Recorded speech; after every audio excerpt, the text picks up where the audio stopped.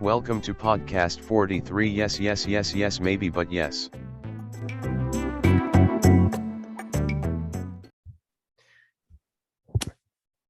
Hello, welcome to podcast 43. I am your host, Chris Borg, still recovering from a cold, with my co-host, Fulton Collins. How are you doing, Fulton?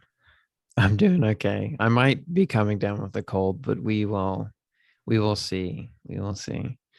But other than that, I'm doing fine. I'm keeping busy and ready to talk about Panic in the Street. Yeah. Of course. The movie that would go to inspire Panic in the Disco for their name famously. They were big Elia Kazan fans. Elia Kazan fans, yeah. Yeah. Well, yes, this is Elia Kazan's 1950 film noir, released by 20th Century Fox. Yeah, it's quite an interesting one because I think that this movie is kind of has seen a bit of a resurgence in the past year or so, and that was why I kind of picked it, because it's about kind of the growing threat of a pandemic in the city of New Orleans, and kind of a doctor trying to solve the problem of this, trying to get to the bottom of who's spreading this disease before there's a massive outbreak of pneumonia. So, Fulton, what did you think of Panic in the Street at first? I will be honest, the day that I had watched this was on Sunday, and I guess now is as good as a time as any to say happy birthday to you, buddy.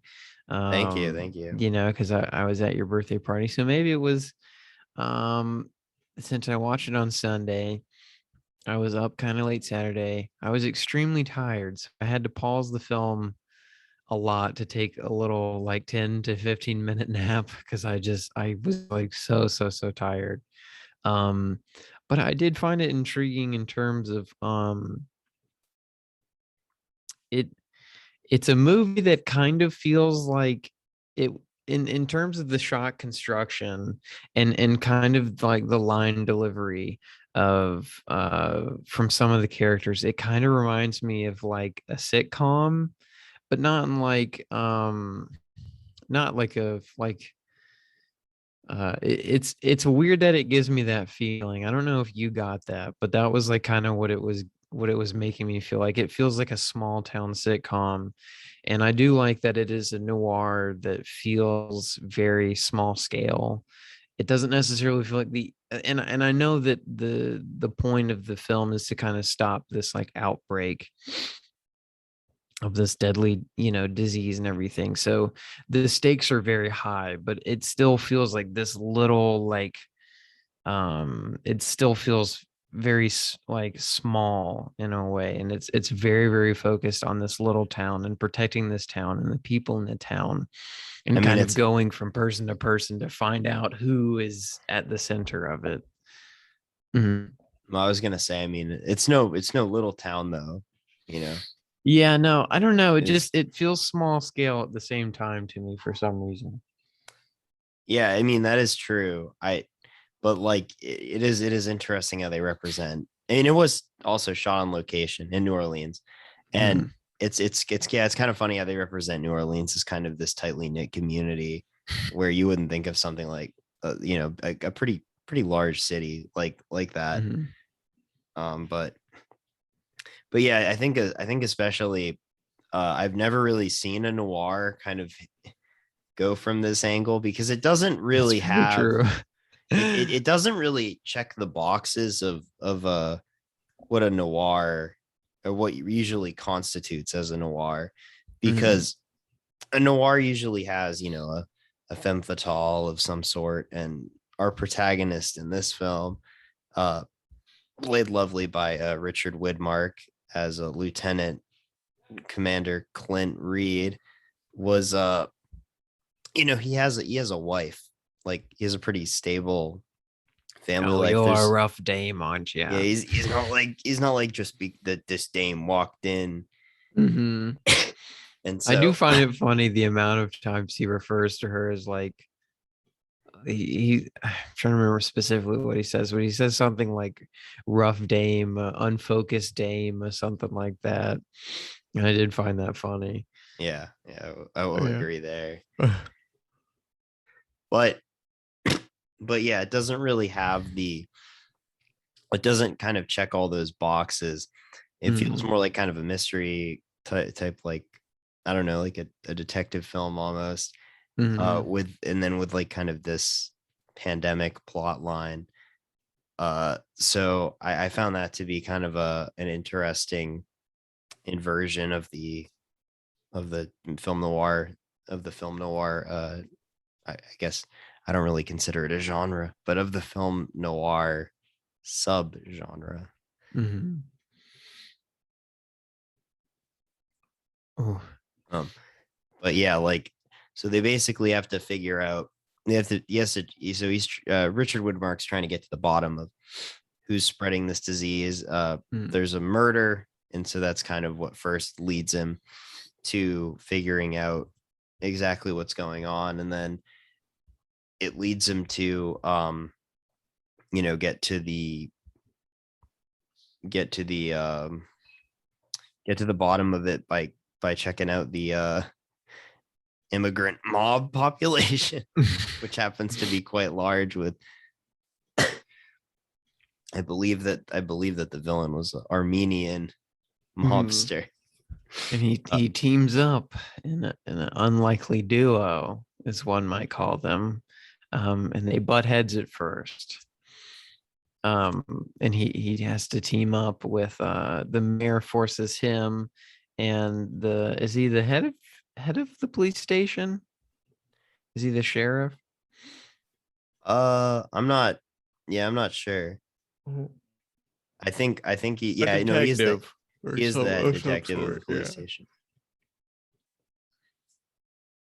But the main villain is Blackie, played by the always lovely Jack Palance, who has a very striking face that seems, I don't know, he's got that chiseled Chad jawline. He's very tall. You might remember him from such other films as Jean-Luc Godard's Contempt, and of course the always marvelous Shane, which I will continue to plug. Not that it's a hidden gem or anything, but because it's a bad movie. Yeah, because it's terrible. Yeah. He's got very, very strong upper cheekbones and a very, very chiseled lower jaw. And you see him and you can immediately tell what type of character he's going to be in this film. And he has a very dominating presence and is constantly commanding his kind of lackeys around him. Yeah, I will agree there. And so basically the one scene that I want to talk about that I think really stands out is that conversation near the end of the film between Richard Widmark's character and his wife, played by Barbara Bell Geddes. Her name is Nancy. I just think it's a really nice exchange about like how much she like cares about her, and I just think it's like you just don't see that in a noir, because they're kind of having this conversation about, he's like worrying about like, finances, and like I'm not the man that I'm half the man that most of these people are, and like I don't think I'll really live up to like, I feel like I'm a disappointment and stuff. Like, will I be able to stop this? Will I be able to stop this pandemic from spreading? Like, will people be able to get the pneumonic plague? Will people get the pneumonic plague and it will be all my fault? And then she's just like kind of reassures him. And I don't know. I just thought it was really sweet. And then it was just a nice little exchange. I really think that her character has a very small amount of screen time, but I think she does a lot with it and kind of is that emotional backbone of the film. that I find a lot of noirs lacking, because a lot of noirs are treat the world as this very kind of cold, unforgiving place. And that's why I love them, of course. But like I said, this one's kind of a black sheep among those. Mm-hmm. No, I mean, I completely agree. And I think, are you referring to the scene where he comes home and he hasn't had sleep in like 2 days, and he's like, and she makes the cot for him? Okay, yeah, that is a very, very good scene. I was gonna ask you, in terms of people that kind of have a small role, but they do recur quite often. Do you know, or well, I think I may have just answered my own question, but or well, I might as well just ask it to you either way. But do you think that the neighbor that is shown in the opening of the movie, and he's shown a little bit throughout, but he also comes back up at the end, is he supposed to be a foil to our lead main actor in terms of what like a father figure can like represent? I believe so. I believe he's supposed to kind of represent that like that type of archetypal like father figure that like he's like make sure to be there for your son, like he's a great kid. And it's just kind of an interesting exchange at the end of the movie that he's also like well, well, sorry. I was just saying, and then he's like, also don't forget to also bring this cabinet inside. The wood's gonna rot if it's outside. He's like, oh, thank you. I'm just surprised he didn't tell him to like shut up or something. Don't tell me what to do. Yeah. Well, I mean, I think there's a difference between kind of giving advice and kind of pushing your own kind of ideals onto somebody else. So like it rang more to me that he was like telling him how to raise his own son. And it's like, well, it's not really like your spot to be kind of commanding people and stuff like that. He didn't ask. It doesn't seem like the lead character is very receptive towards him. He's just kind of like, okay, all right, well, all right, if I just keep nodding, then maybe he'll go away faster. Oh, get out of my face. I like his son. That's just like, Dad, give me a quarter. I want to go to the movies. Didn't I give you the allowance for this week already? 50 cents, remember, boy? But, you did, but I still want to see a movie. He just does not show up after that. No, not at all. It's quite He died of the pneumonic plague, RFP. Transmitted through the father. Yeah, I mean, this movie, though, doesn't really have as much meat to it as like other Elia Kazan films. Like it's not something as dense as his other New Orleans based film. Is he from New Orleans? A Streetcar Named Desire. No, I don't know. He's not. He's actually okay. He was actually originally born in he was originally he's originally Turkish. He's born in Turkey. Oh, okay. Well, actually, technically the Ottoman Empire. I'm sorry. But yeah, can't believe you, dude. Yeah, it's insane. R.I.P. I was going to ask you, and I was curious because this is my first Kazan flick, kind of where it fell in regards to the rest of his filmography that you've seen, and if you can kind of pick out any like pick up on any like director traits, or if you can kind of see any ideas that kind of came in this one but were that he may have expanded upon and upon on any of his other films. Geez. Well, I wouldn't say that as far as themes are concerned with this one. I think that a lot of his other films have more of a I don't really see that I think this one kind of stands out compared to the other ones. I think that like something like Splendor in the Grass tackles some pretty complex themes about like sexuality and also and like, you know, young love, and then also like A Face in the Crowd, I think, is very prophetic with how it discusses something like the it's very prophetic with how it discusses media proliferation and like kind of the capitalization of personality in media over fact and truth, and how it's kind of a very destructive thing.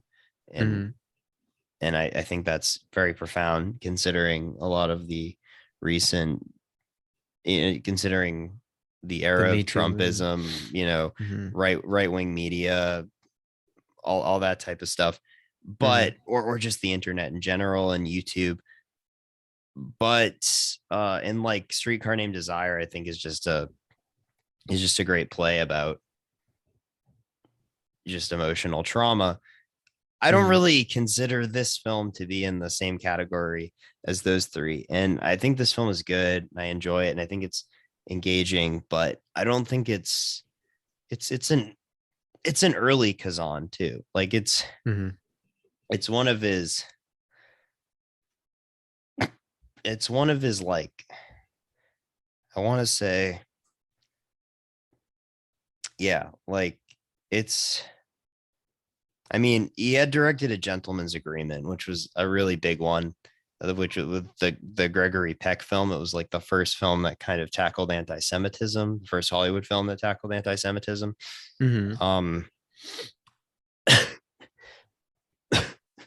But this was the film that he directed before Streetcar Named Desire, actually. And A Streetcar Named Desire is based off of a play by Tennessee Williams that Elia Kazan also had a hand in directing the stage version of. So, oh, I never knew that. Yeah. So that one feels more like a play. This feels more cinematic, definitely.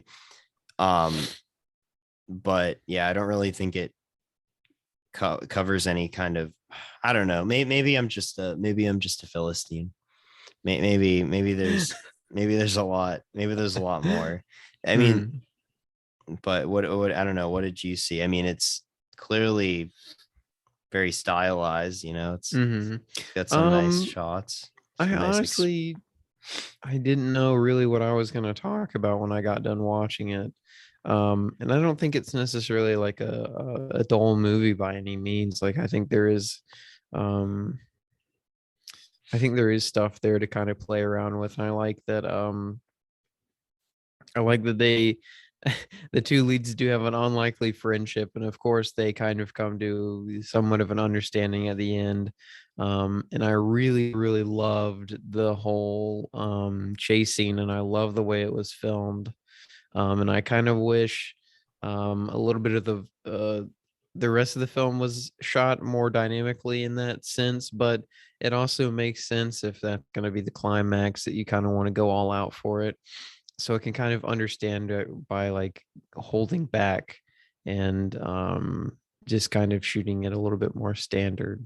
I love that. I love the chase scene at the end when he's in the warehouse, and then he's like, is there a boat leaving? And he's like, yeah, it's heading to, I forget, what did he say, Barbados or something?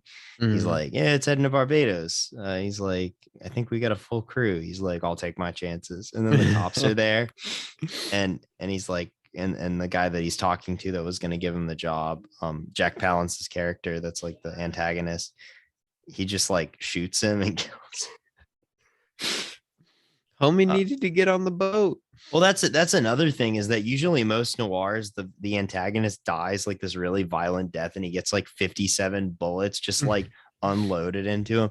Like there's this one noir called Murder by Contract. And it's pretty great. It's like a very like low budget noir from 58. Is a favorite of Scorsese, actually.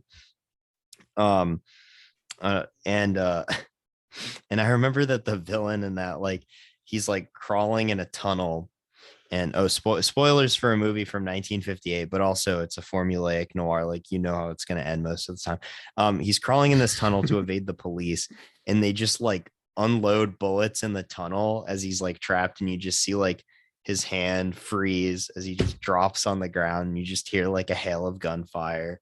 But you know, that's pretty much the routine with these films, is that bad guy gets his comeuppance and in the most violent way possible, the end. But for this, Jack Palance's character like goes to jail. And I thought that was so strange. It is very different. That is true. But yes, that's really all I have to say on this film. It was it's a nice little film. It's got those noir touches, so you know, it's inspirations from German expressionism, with the shot composition and the use of shadows. And like I said, I think it with the COVID-19 pandemic, you know, a double feature with Contagion. Double You feature might have a scary with night. Soderbergh's Contagion, yeah, or other disease movie. Ooh, Dawn of the Planet of the Apes. This is true. This is true. All right. Well, I would recommend it. Had a good time. Check out the other Fox Noirs on the Criterion channel. Mm-hmm.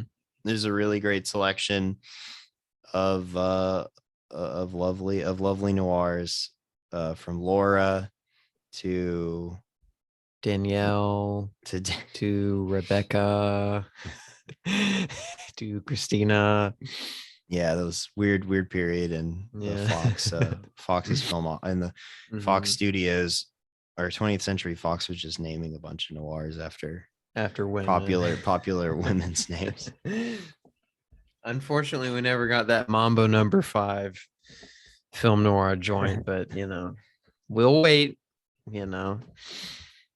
The Mambo number 5 cinematic universe. It's like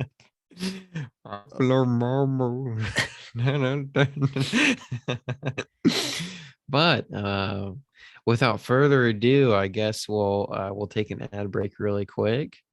Are you ready to take an ad break, or was there anything else you wanted to that's fine with me. All right, we are back. We're going to talk about recent releases. Oh wait, we haven't seen any because Belfast hasn't come to Athens yet. You would think that a college town like here, everybody here has been clamoring to see Kenneth Branagh's new film. But alas, we won't get it. And we're also Athens' favorite podcast. Me and Chris have been told recently, and we've been petitioning for Belfast. So I'm surprised we weren't able to pull our weight, you know, our prestigious power. I know, in Athens to get it, and here we are. So I mean, it can only go up from here with Kenneth Branagh, when his previous film was Artemis Fowl. So I know it's going to be better than that. I had a mouthful of water when you said that, and I completely forgot that he did that movie. That was the one, probably the only, even though the Disney's profits were quite, you know, like a lot of other businesses, they were hurting during the pandemic when it came to box office receipts. They were probably so happy that they were able to just dump that thing on Disney Plus. Yeah, I was gonna say, did it get a? No, I was trying to think it didn't on get Disney a theatrical release. Yeah,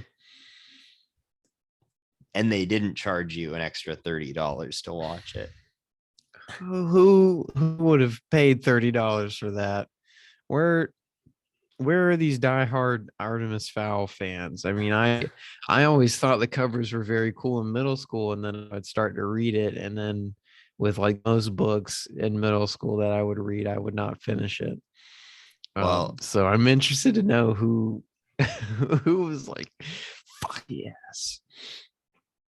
Well, they're Artemis Fowl fans are called Foul heads. Foul heads. The foul head. But so me and Chris are sorry, and hopefully I plan on seeing Ghostbusters Afterlife next week. Hopefully I can review that one.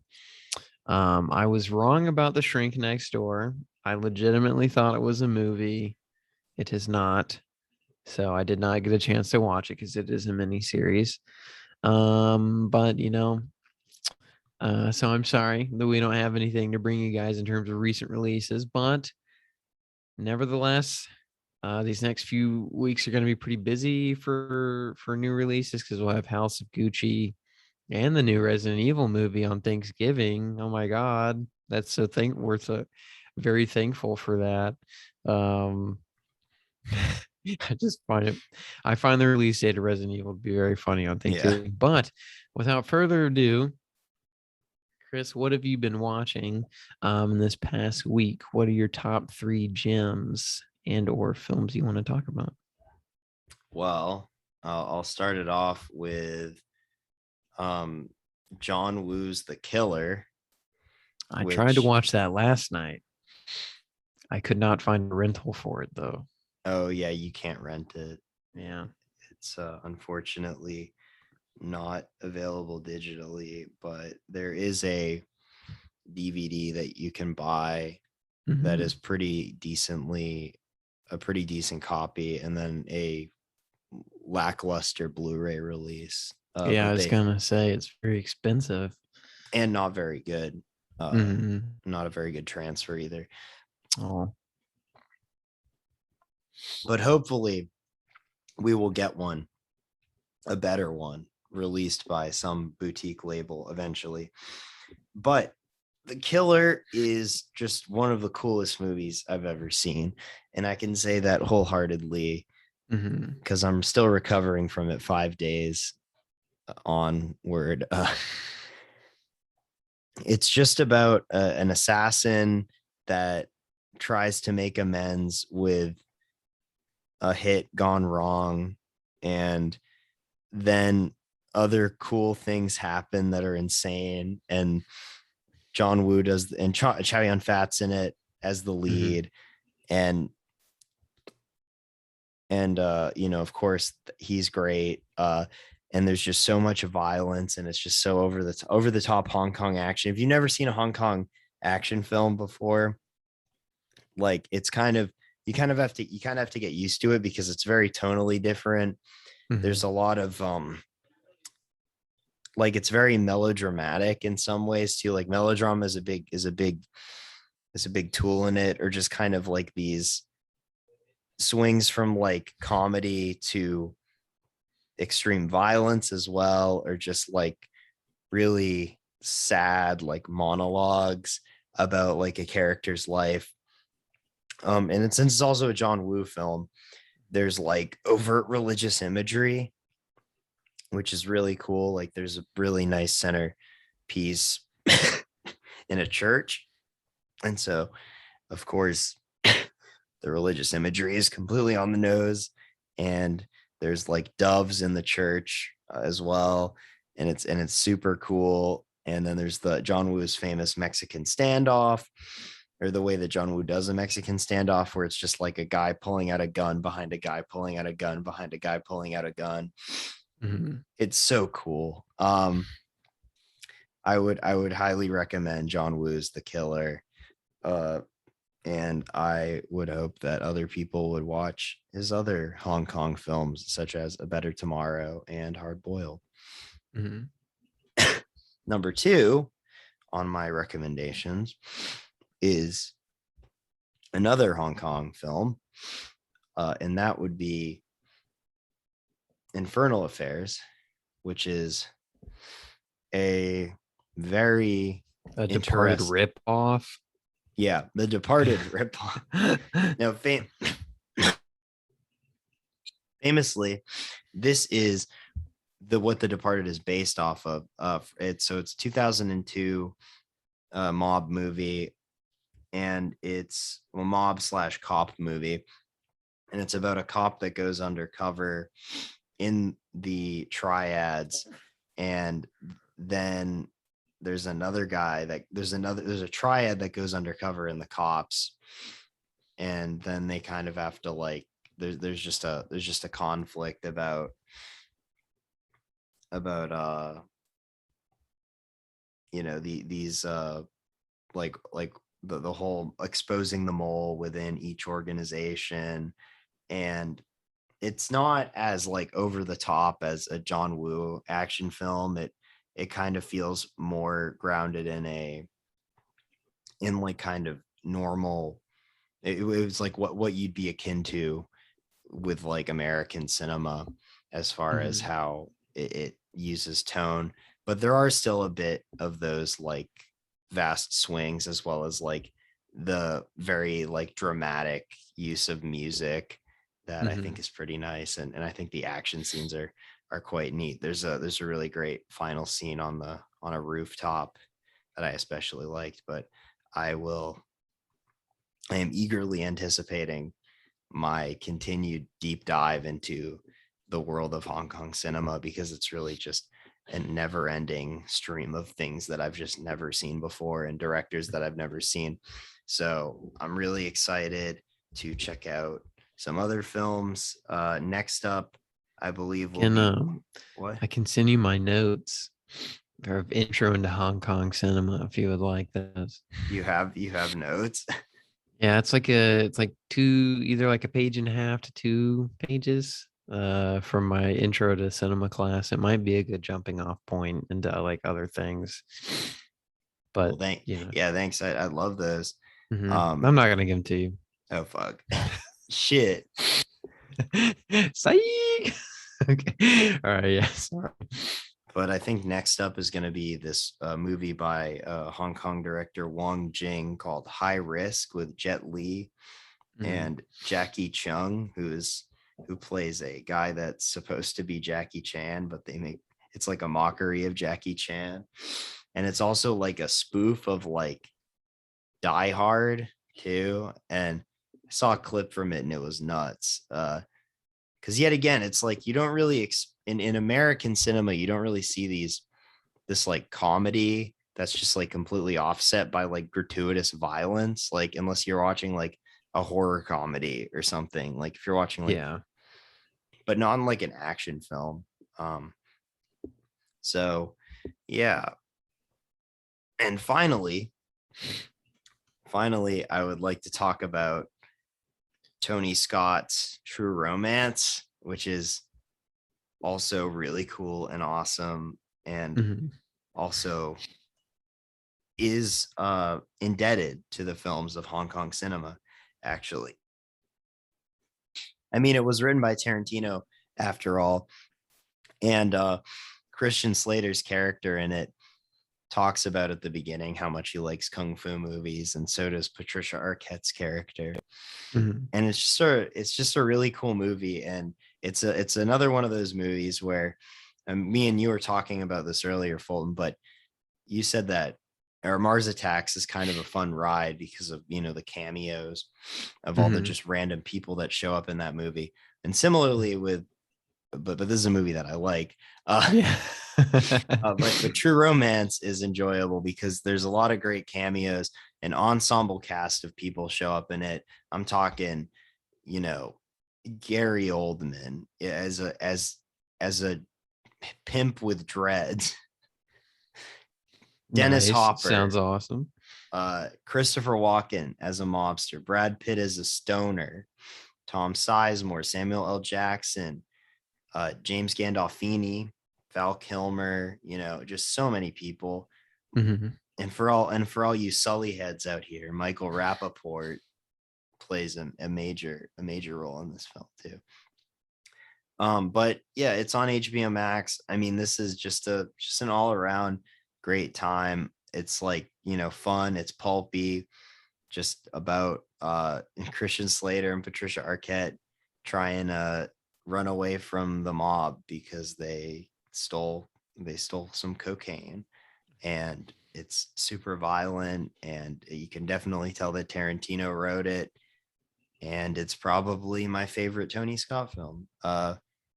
So those are my three. Well, whew, okay. Oh my God. Okay. Sorry, my nose is running now. My top three. I'm gonna kind of group these together because I think they do make a good companion piece. And that's the Terminator and Terminator 2 Judgment Day. And so I don't want to go too far because I think there has been a lot that has already been said about the Terminator. But I think these are like close to perfect films in my mind. I was surprised by just how much I like really, really enjoyed them. I found them to be super creative and inventive, and I just found the directing to be really, really slick. And it sometimes you need to see a movie that reminds you just how much you can really appreciate a genre. And this really, really made me appreciate like the highs that certain action movies can kind of hit. And so I think it's very in line with like my other favorite kind of action films like Predator and stuff like that, which is another Arnold movie, I know, but I still love it nonetheless. Um, and so the reason I kind of wanted to talk about both of these is because I think people do, and Chris, you kind of pointed this out in your review of the first Terminator. I think people kind of look at Terminator 2 as being the best one.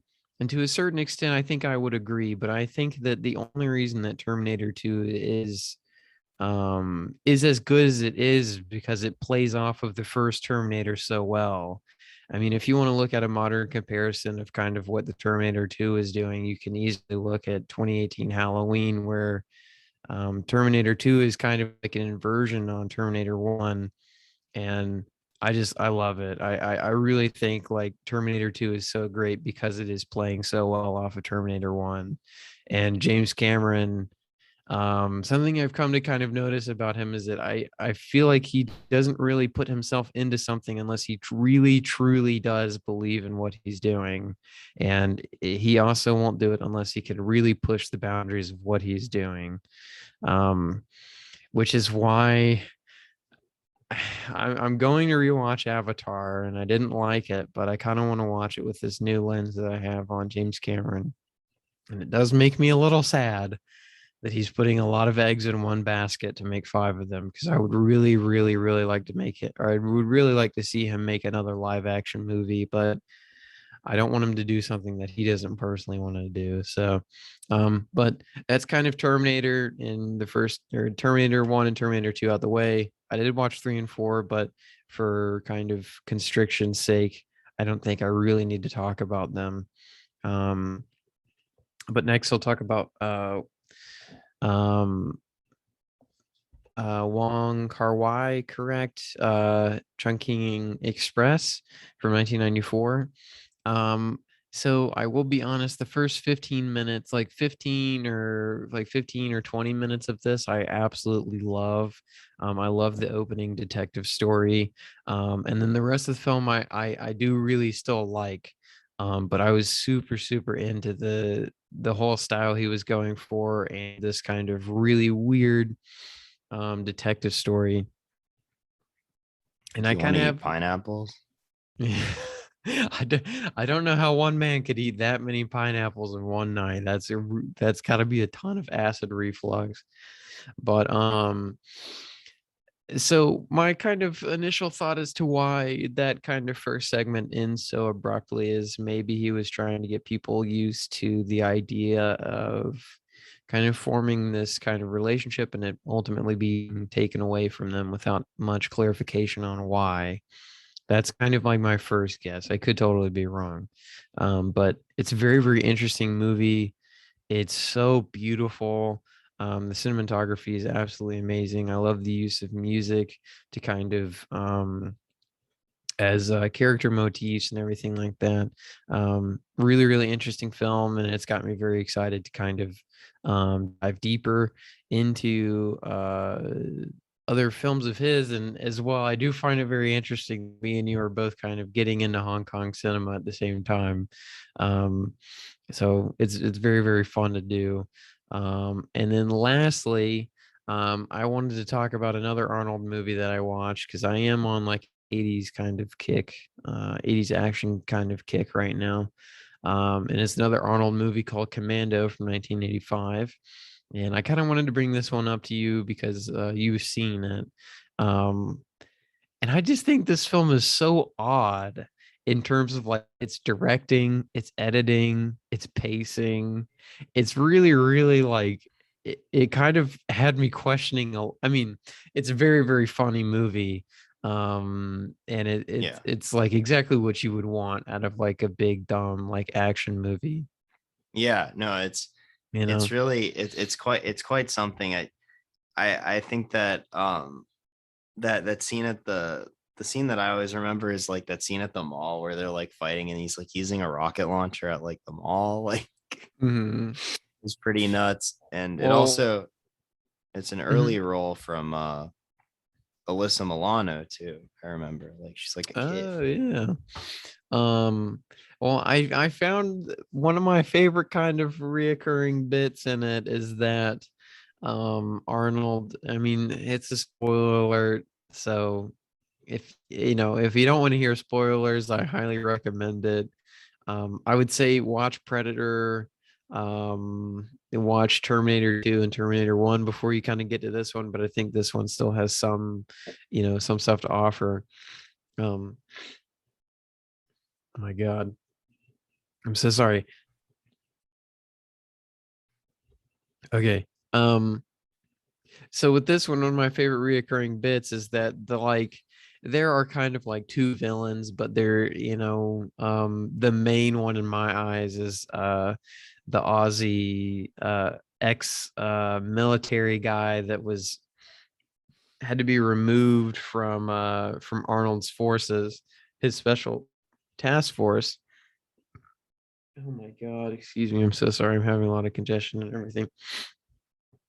And it's like this Aussie dude, and he's not really like skinny, but he's also not like a big guy. So he's kind of somewhere in the middle, and he doesn't look muscular, but he's kind of built up as this equal to Arnold. And it's very funny because Arnold is this huge, jacked, like muscly guy. And then you just kind of have like this average Joe looking guy.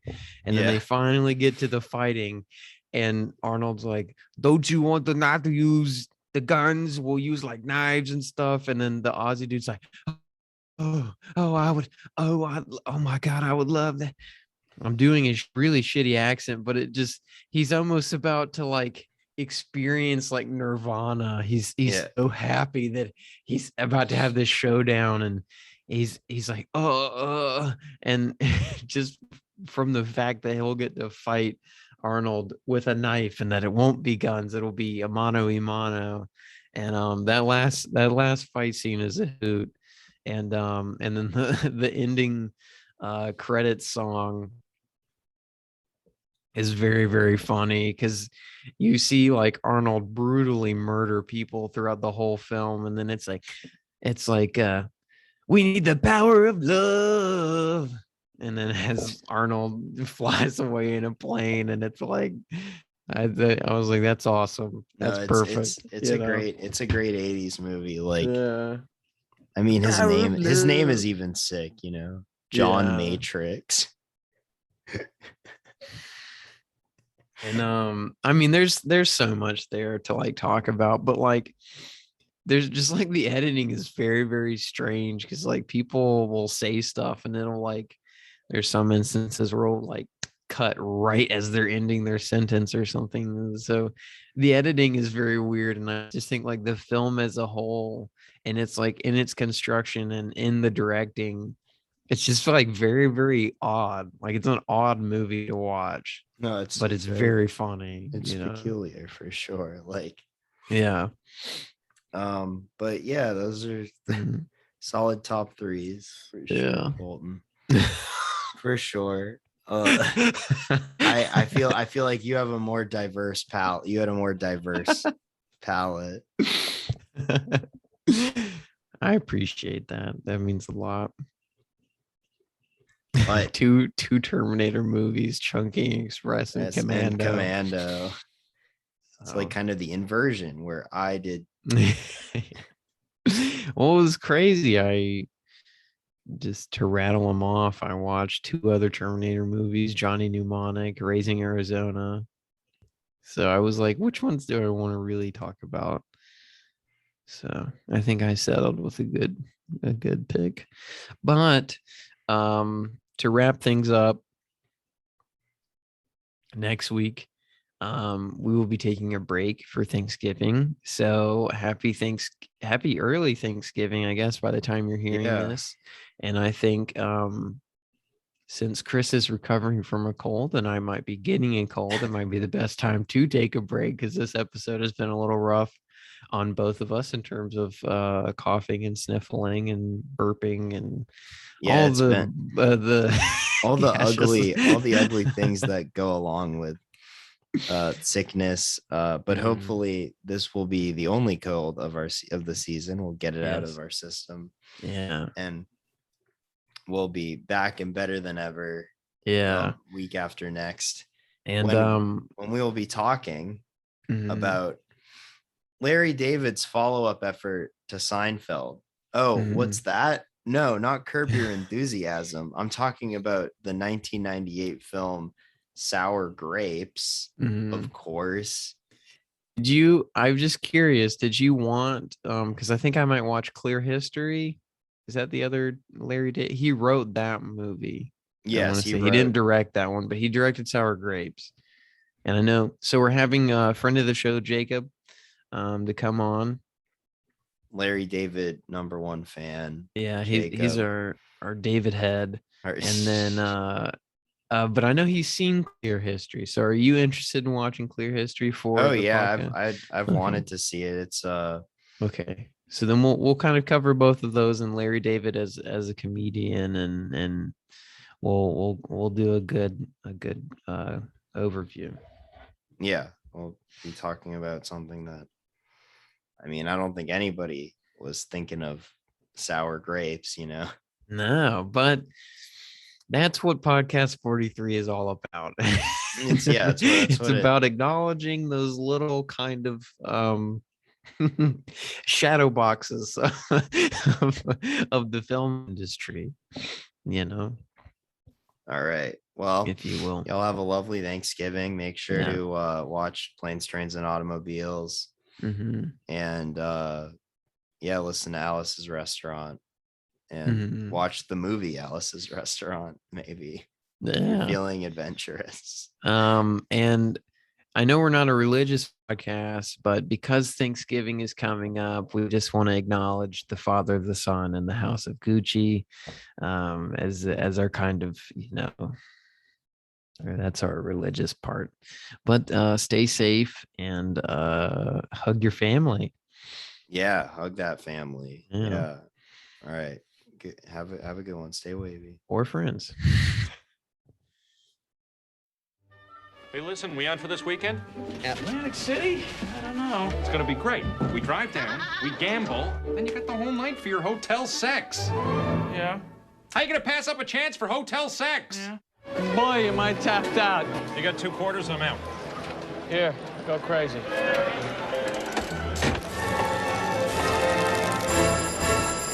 Oh! It's me! It's me! It's me! It's me! I'm rich! I just won $436,000 and 50 cents! I don't believe